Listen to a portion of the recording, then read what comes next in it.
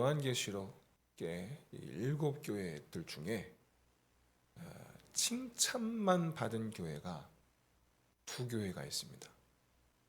그게 바로 서머나와 빌라델비아 2교회입니다. 그리고 책망만 받은 교회가 있습니다. 칭찬 없이. 그게 바로 라오디게아 교회입니다. 그러니까 오늘 2교회는 정반대에 있는 교회들입니다. 하나는 칭찬만 받았고 하나는 책망만 받았습니다. 그런 의미에서 오늘 이 2교회의 차이, 그러면 우리가 지향해야 할 신앙 무엇이어야 되는지 함께 우리가 살펴보면서 또 믿음으로 결단할 수 있는 시간 되기를 주의 이름으로 축원드립니다. 그러면 서머나 교회는 핍박, 환난, 궁핍 이 모든 것들을 인내하는 교회로, 그것도 말씀으로 인내했던 거죠. 말씀을 의지하여 그 모든 어려운 일들을 인내한 교회, 칭찬받았죠. 빌라델비아 교회는 마찬가지로 이 인내의 말씀을 행함으로 칭찬을 받게 됩니다. 사실 2교회 다 비슷해요. 그래서 2교회가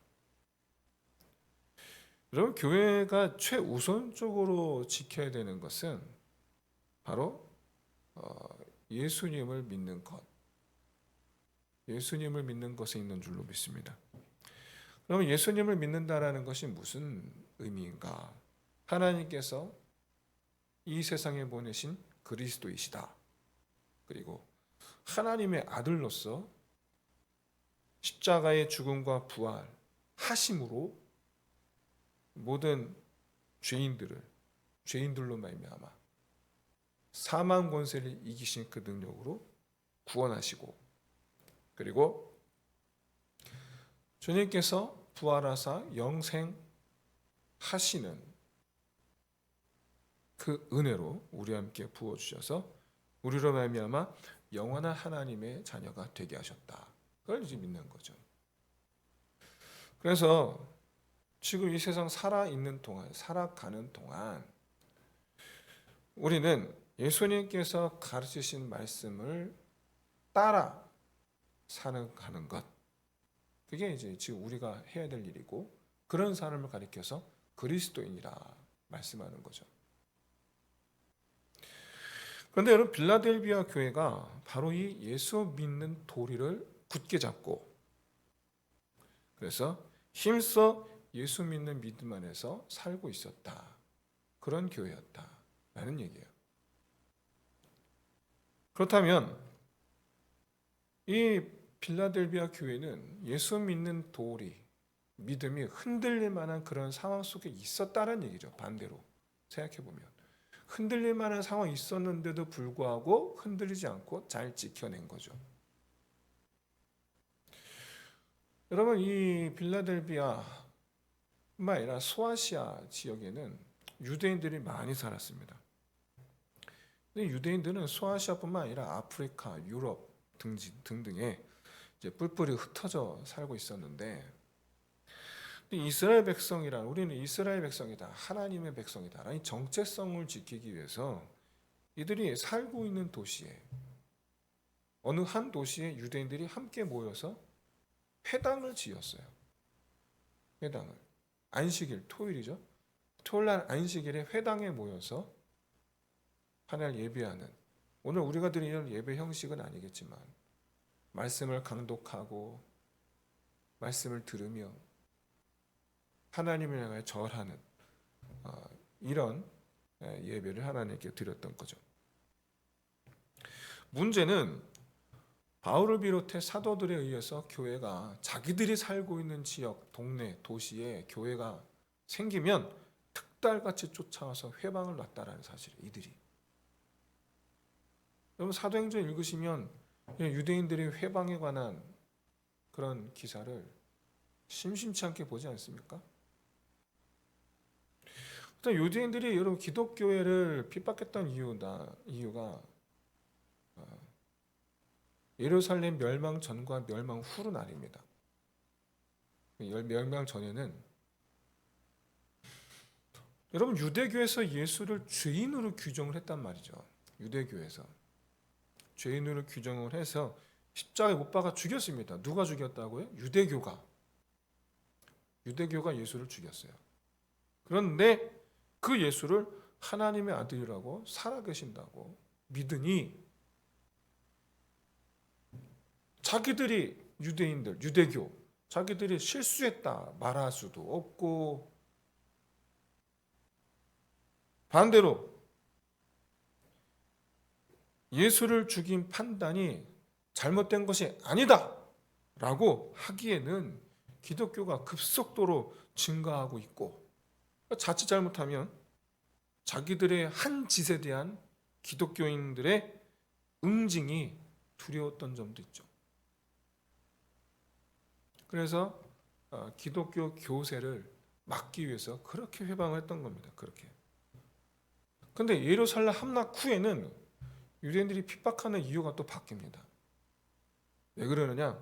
이제 요한계시록이 씌어진 시대는 예루살렘 함락 이후거든요. 사도행전의 시대는요, AD 70년에 예루살렘이 함락이 됩니다. AD 70년에. 그러니까 유다가 멸망해요. 근데 사도행전은 유다가 멸망하기 전이에요.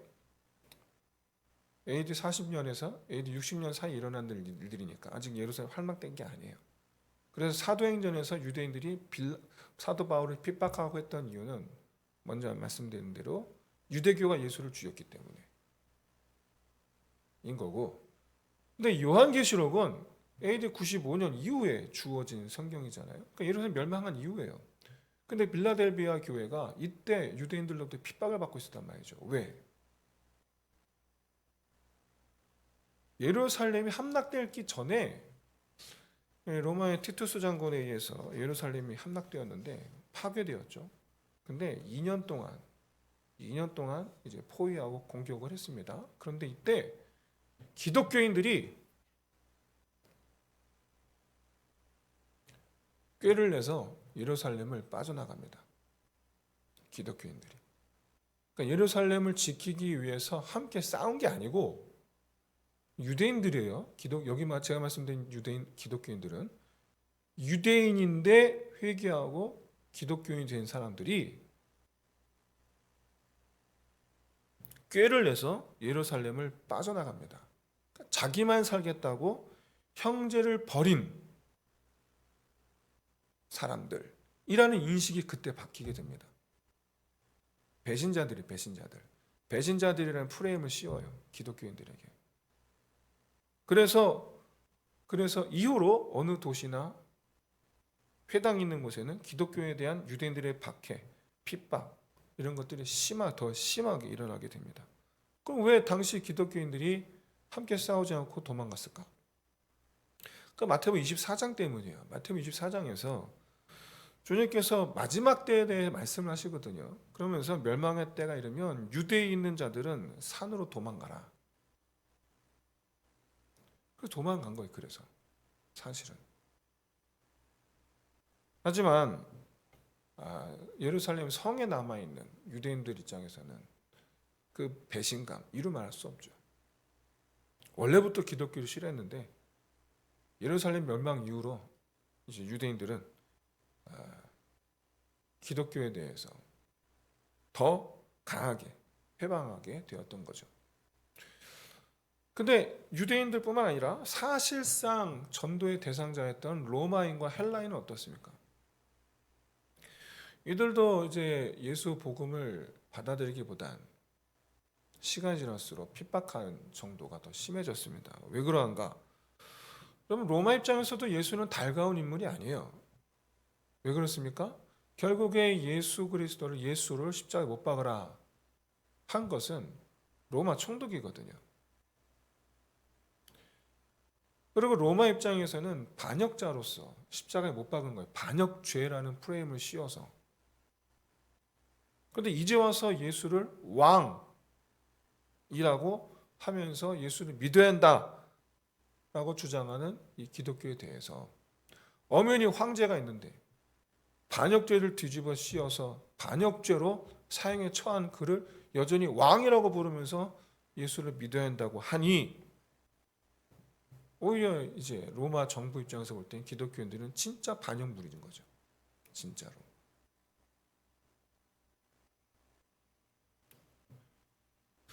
그래서 우리가 알고 있는 이제 대박해, 기독교 대박해가 이 계시록에 쓰여지고 난 뒤 얼마 안 있어 벌어지게 됩니다. 아우렐리우스 왕제에 의해서 대대적인 그런 사자에게 먹잇감을 던져지는 일이 일어나게 됩니다.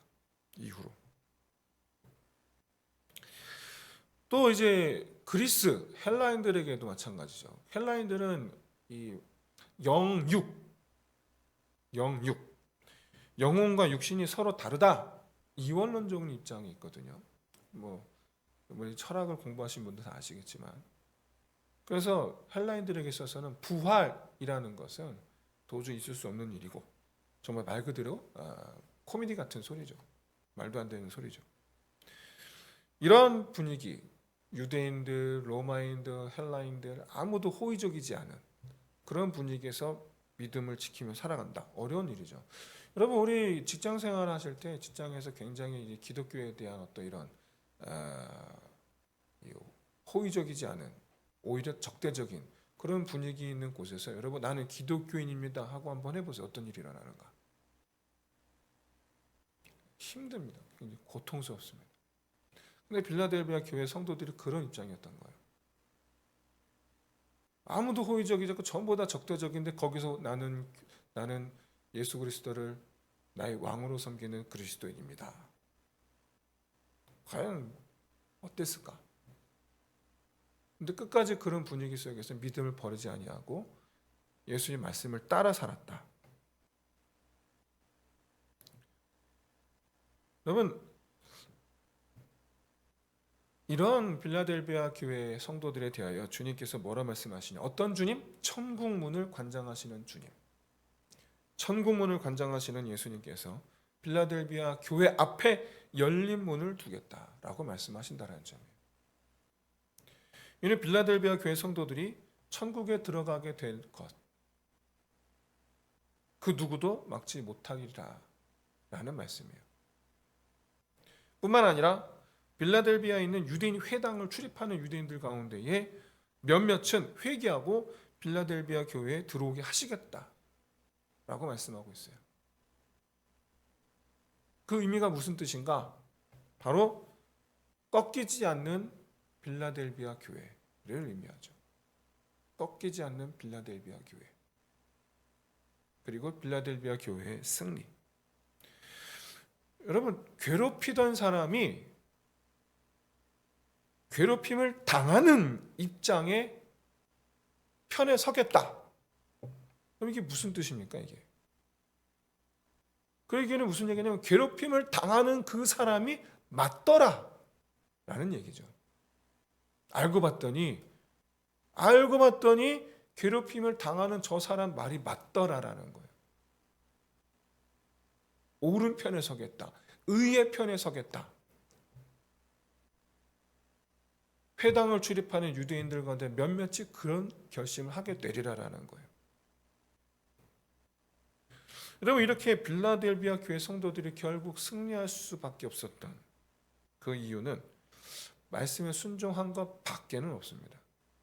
다른 게 없어요. 그냥 말씀을 따라 그냥 산 거예요. 꺾이지 않는 의지로, 꺾이지 않는 믿음으로 말씀을 따라 그냥 살았어요. 여러분 이렇게 그 어떤 회방과 핍박에도 꺾이지 않고 그저 말씀대로 행하던 이에게 주님께서 무엇을 주셨습니까? 천국문 열쇠를 주셨죠. 뿐만 아니라 성전의 기둥이 되게 하시겠다라고 하셨어요. 여러분 예루살렘 성전에는 두 개의 기둥이 있습니다. 보아스와 야긴이라고 이름까지 붙였어요. 여기서 이 보아스라는 이름의 뜻은 하나님의 능력이 있다. 능력이 하나님께 있다라는 뜻이고 야긴이라는 뜻은 하나님께서 세우리라라는 뜻입니다. 그러니까 무슨 얘기냐면 이 빌라델비아 교회로 능력이 하나님께 있음을 나타내는 교회가 되게 하시고 하나님께서 세우시는 역사를 나타내는 교회가 되게 하시겠다. 그런 뜻이죠. 뿐만 아니라 이 두 기둥에 하나님의 이름을 새겨 넣을 것이고 예루살렘의 새 이름을 새겨 넣을 것이고 예수 그리스도의 새 이름을 새겨 넣을 것이다. 여러분, 건축물에 이름을 지어 넣는다는 무슨 의미입니까? 그 건물이 누구 거? 난 얘기죠.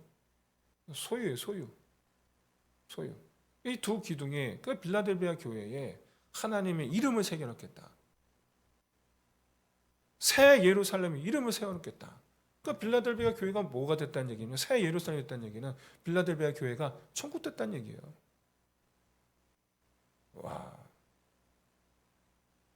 처음 있는 일이에요. 처음 있는 일.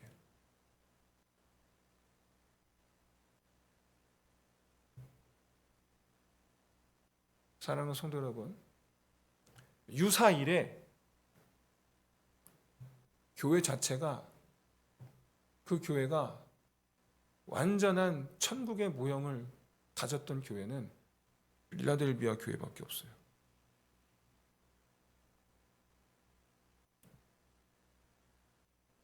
사랑하는 성도 여러분, 어느 한 교회 모든 성도들로 말미암아 천국에 들어가게 하시겠다라는 이 말씀, 여러분 이게 얼마나 놀라운 말씀인지 여러분 상상도 못하실 거예요.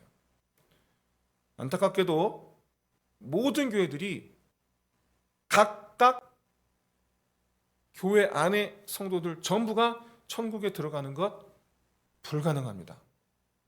말이 되질 않아요.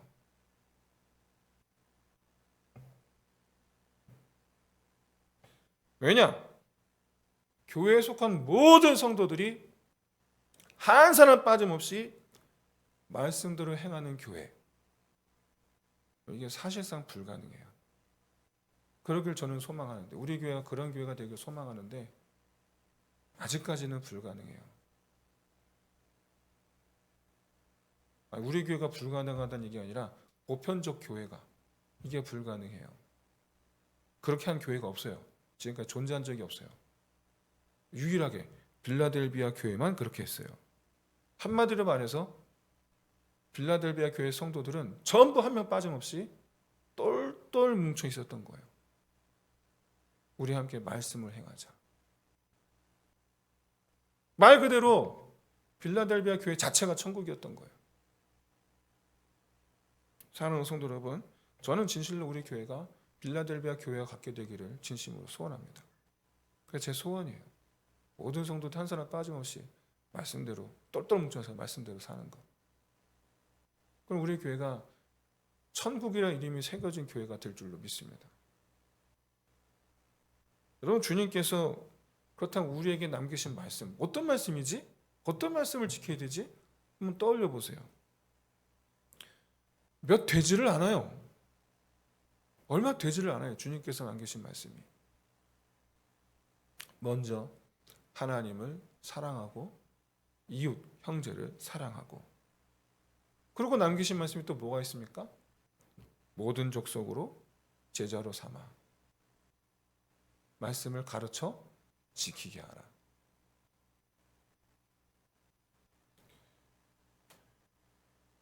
줄여서 사랑하고 전도하라. 이거밖에 없어요. 우리가 똘똘 뭉쳐서 지켜야 될 말씀이 여러분 많지가 않아요. 이거밖에 없어요. 이거를 온전히 행한다면 우리 교회는 천국이라는 이름이 새겨진 교회가 될 줄로 믿습니다. 빌라델비아 교회는 이 말씀을 똘똘 뭉쳐서 지켰고, 그 외에 다른 교회들은 이렇게 한 교회가 전무합니다. 계시록 시대는 물론이거니와 오늘날에 이르기까지 2000년 동안 이걸 해낸 교회가 하나도 없습니다.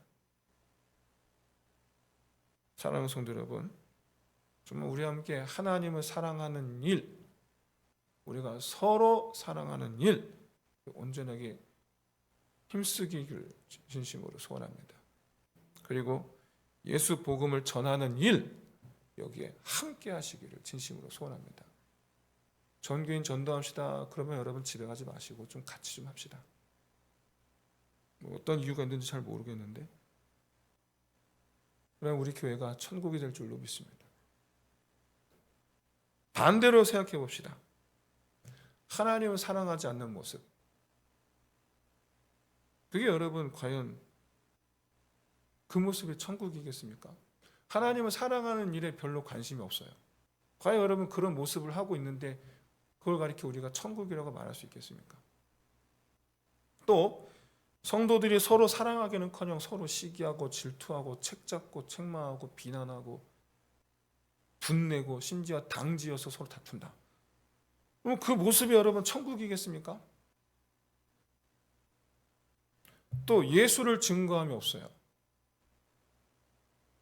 사랑하는 성도 여러분, 맛집을 발견하면 이 사람 저 사람에게 알려주죠. 야, 거기 맛있어. 이걸 여러분 전도한다고 말을 하는 거예요. 이거를 예수가 좋으면 예수가 좋다고 말하겠죠.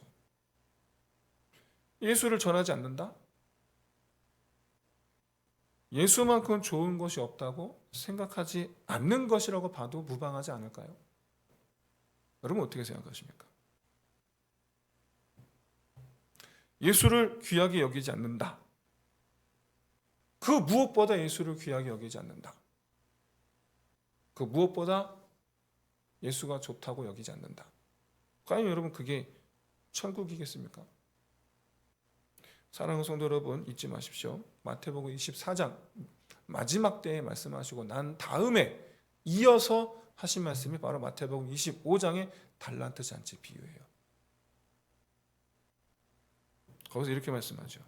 전도하지 않은 사람은 천국에 못 들어갑니다. 이걸 여러분 부인하지 마세요.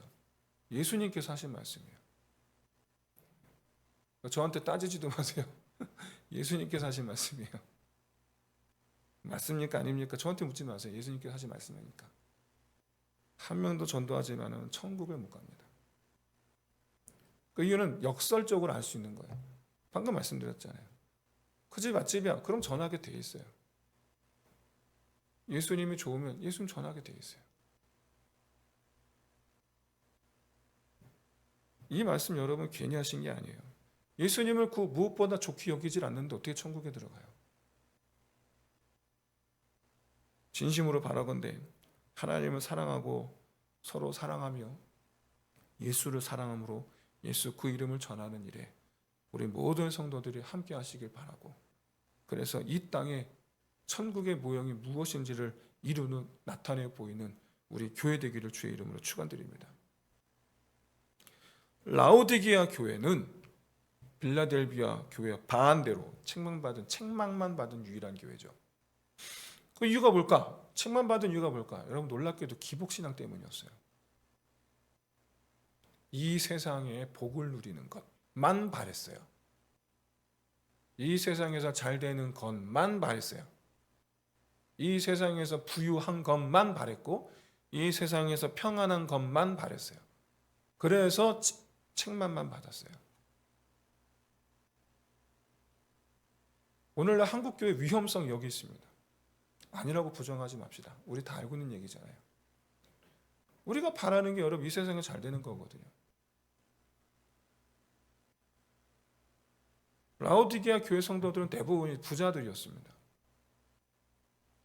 그러니까 현세에서의 삶에 대해서 부족함을 느끼지 못했고 그 자체로서 우린 복을 받았어 라고 그렇게 믿고 있었어요. 이미 복을 누리고 있으니 열정도 없고 또 받은 복이 있으니 하나님께서 주셨다라고 생각하니 또 그렇다고 해서 상대적으로 하나님께 그만큼 냉담하지도 않았어요. 그러니까 뜨겁지도 않고 차지도 않고 그냥 미지근한 상태. 한마디로 얘기해서 이들이 믿었던 건 예수 믿으면 부자 되고 건강해지고 만사 형통합니다. 어디서 많이 들어본 얘기 아닙니까?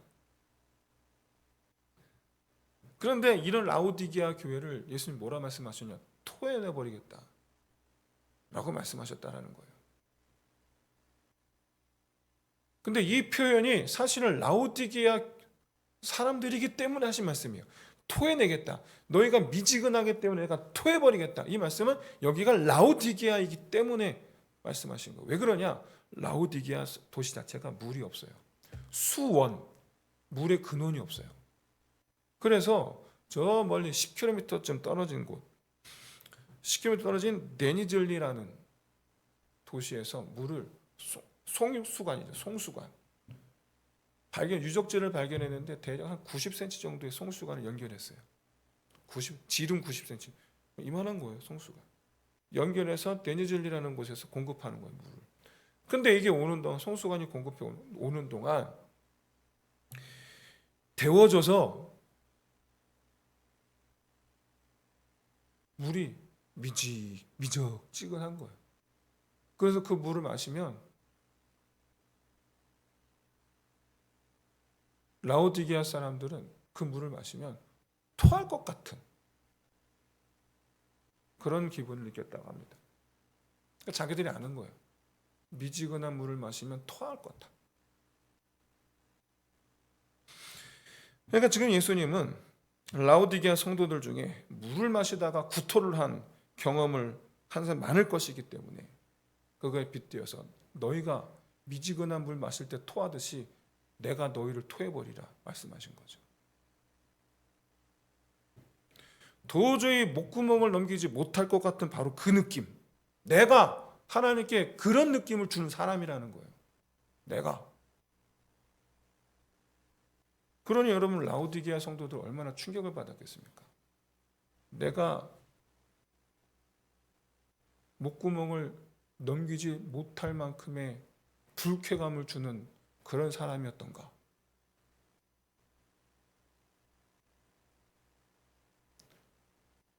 그런데 주님 뭐라 말씀하시는가? 지금 문 밖에 계세요. 라오디게아 교회 안 계시고 문 밖에 계세요. 우리가 찬양하는 은혜 속에 찬양하는 그런 가사이기도 한데 사실 이 말씀은 믿지 않는 자에게 하신 말씀이 아니고 교회에게 하신 말씀이었어요. 사실은 올지어다 내가 문 밖에서. 이거 얼마나 은혜로운 찬양입니까? 불신자들 입장에서 볼 때 얼마나 은혜로운 찬양입니까? 놀랍게도 사실 이 말씀은 교회에게 하신 말씀이었어요. 내가 너희 문 밖에 있다. 그러니까 라오디게아 교회는 주님이 없는 부와 평안을 누리고 있었던 거예요. 이런 라오디게아 교회에게 대한 예수님의 처방 세 가지였습니다. 첫째, 불로 연단한 금을 사라. 이건 환난을 통과한 순수한 믿음을 가지라라는 거예요. 앞서 핍박과 환난 앞에 불굴의 투지로 타협하지 않음으로 칭찬만 받은 교회가 있습니다. 바로 서머나 교회입니다. 순수한 믿음이란 뭐냐면 내게 어떤 일이 있어도 나 가진 거 아무것도 없어도 내가 어떠한 것을 내가 대가를 치를지라도 나는 주님만 있으면 됩니다. 이게 순수한 믿음이죠. 이게 내가 어떤 대가를 치를지라도 나는 그 사람만 있으면 됩니다. 나 아무것도 없어도 그 여자만 있으면 됩니다. 우린 그걸 사랑이라고 말합니다. 순수한 사랑. 남녀 사이도 그럴진데 하물며 하나님과의 관계에서 사랑하는 성도 여러분, 진실로 우리가 진실한 믿음으로 고백할 수 있길 바랍니다. 나 아무것도 없어도 주님만 있으면 됩니다. 내가 어떤 대가를 치를지라도 주님만 있으면 됩니다. 그러면서 마음 한구석으로는 설마 정말 그런 일은 없겠죠. 하지 말고 정말 그렇게 믿음으로 하나님 앞에 구할 수 있는 저와 여러분 되시길 진심으로 소원합니다. 예수님의 처방 두 번째, 흰옷을 사서 입어 벌거벗은 수치를 보이지 않게 하라. 우상숭배에 빠져 있는 거예요. 지금 이들이. 흰옷은 성결한 옷, 처녀를 상징합니다. 순수함을 의미합니다. 때묻지 않음을 의미하거든요. 누구의 손이 닿지 않는 걸 의미하거든요. 오직 한 마음을 의미하는 게 바로 흰옷이에요. 흰옷. 라오디게아 성도들은 우리가 주님을 믿었기 때문에 부자가 되었다라고 말합니다.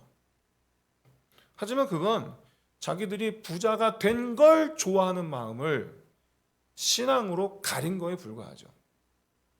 신앙이란 이름으로 그냥 뒤집어 쓴 것밖에 되질 않아요. 엄밀히 말해서 주신 분을 사랑함이 아니라 주어진 것을 사랑하는 것뿐이죠. 엄밀히 말해서. 여러분, 돈을 사랑하는 것, 이게 바로 여러분 우상숭배이자 이게 음행이에요. 하나님 보시기에. 나를 두고 다른 걸 사랑한다고. 나를 두고 다른 걸 더 좋아한다고. 음행한 사람들이에요. 그리고 돈보다 주님을 더 사랑할 때 우리는 그 믿음을 성결한 믿음이라고 말합니다. 예수님의 처방 세 번째는 안약을 사서 눈에 발라 보게 하라. 여러분, 안약이라는 것은 성령 하나님을 뜻하는데 성령 하나님의 조명하심으로 하나님의 말씀을 바르게 깨달아서 영적 분별력을 가지라는 거예요. 단도직입적으로 말해서 여러분, 세상에 찌들어 있지 말라는 것이자 동시에 세상이 전부인 줄로 알지 말라라는 뜻이에요. 영적 분별력이란 세상이 전부, 보이는 게 전부가 아니라 뒤편의 세계가 있다라는 것을 알라는 거예요. 사람들은요, 무대 위에서 일어나는 그 모든 공연, 이런 걸로 깊은 감동을 받습니다. 하지만 무대 뒤에서 일어나는 일을 알게 되면 그 감동이 배신감으로 바뀌죠.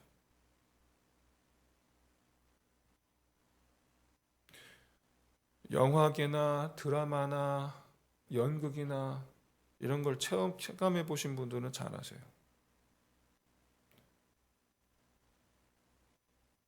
무대 위에서 선악을 연기하는 배우들이 무대 뒤에서는 바뀌어 있는 모습을 볼 때 여러분, 어떤 생각이 드실까요? 우리가 알아야 되는 세상은 무대에서 보여주는 것이 아니라 무대 뒤에서 일어나는 것일지도 모릅니다. 우리가 봐야 하는 세상은. 우리가 세상 일로 즐거워할 때 그 뒤편에선 마귀도 즐거워합니다. 그런데요, 세상 일로 슬퍼할 때도 역시 마찬가지로 마귀가 즐거워합니다. 그런데 여러분, 우리가 하나님으로 말미암아 즐거워하거나 하나님으로 말미암아 슬퍼할 때 마귀는 분노합니다. 요는 우리가 말씀으로 말미암아 우리가 기뻐하거나 슬퍼할 때 마귀는 떠나가고 하나님 우리를 즐거이 받으시리라. 그런 의미예요. 사랑하는 성도 여러분, 라오디게아 교회 그들이 책만 받았던 이유 한 가지죠. 그 마음의 중심에는 하나님이 없었다라는 거예요. 그래서 그 마음의 중심에 내가 두드리노니, 예수님께서 말씀한 내가 너희를 두드리노니 너희가 문을 열면 내가 들어가 내가 너희로 함께 먹고 마시겠다. 그러니까 내가 너희 안에 있게 하라라는 얘기예요. 내가 너희 안에 있게 하라. 하나님께서 우리 안에 들어오시기 위해 예수 그리스도께서 우리 안에 들어오신 삶을 살기 위해서 내리신 이 세 가지 처방, 영적 분별력을 가지고 돈보다 주님을 더 사랑하고 그리고 주님만 있으면 됩니다 라는 그런 마음을 가지라. 우리 지금까지 일곱 교회에 대해서 쭉 살펴보았습니다. 일곱 교회에 대한 예수님의 우리 교회들을 향한, 성도들 향한 예수님의 바라심 공통점이 있는데 바로 뭐냐면 싸우라는 겁니다. 그래서 이기는 자가 되라는 겁니다. 이겨라. 그래서 일곱 교회에 대하여 관련된 말씀을 하시고 난 다음 항상 똑같이 뒤에 덧붙이는 말씀이 이기는 자에게는 이라는 말씀을 이렇게 덧붙여요. 이기는 자에게는 내가 뭐뭐 하리라. 싸우라. 그렇다면 어떤 교회가 이기는 교회가 되는가? 이것도 역시 마찬가지로 공통점이 있어요. 어떤 교회가 이기는 교회인가? 바로 세상에 무릎 꿇지 않는 것. 세상에 무릎 꿇지 않는 것. 뜻해요. 그러면 지는 건 뭘 뜻하는 건가? 세상에 무릎 꿇은 거죠. 그게 지는 거죠. 술에 물 탄 듯 물에 술 탄 듯 세상과 구분이 되지 않는 삶. 그렇다면 이 승리와 패배를 결정짓는 것은 무엇이냐? 말씀이에요. 말씀. 말씀으로 핍박을 이기고, 말씀으로 유혹을 이기고, 말씀으로 잘못된 거짓된 가르침을 이기고, 이처럼 우리가 진정한 그런 어떤 믿음 생활, 하나님께서 우리를 기뻐하시는 믿음 생활, 나아가 우리가 영원한 천국 백성이 되는 그런 믿음 생활, 그런 믿음 생활이 되기 위해서 우리가 정말 참으로 힘써야 되는 것, 오직 주님께서 주신 이 말씀을 붙잡고 이겨내어 하나님께서 주신 약속하신 이 귀한 은혜를 받아 누리는 저와 여러분 될 수 있으시기를 주의 이름으로 축원드립니다. 우리 이 시간에 빌라델비아와 라오디게아 교회 말씀하신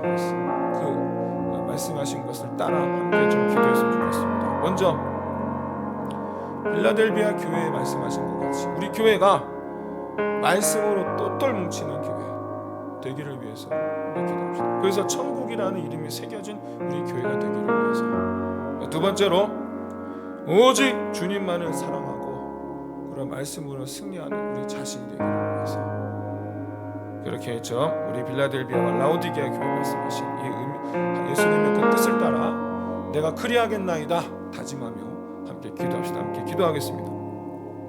할렐루야. 사랑하신 하나님 아버지, 주님께서 이 시간 우리의 말씀하신 것 아버지, 그야말로 하나님 아버지, 우리가 그 무엇보다 일만 악을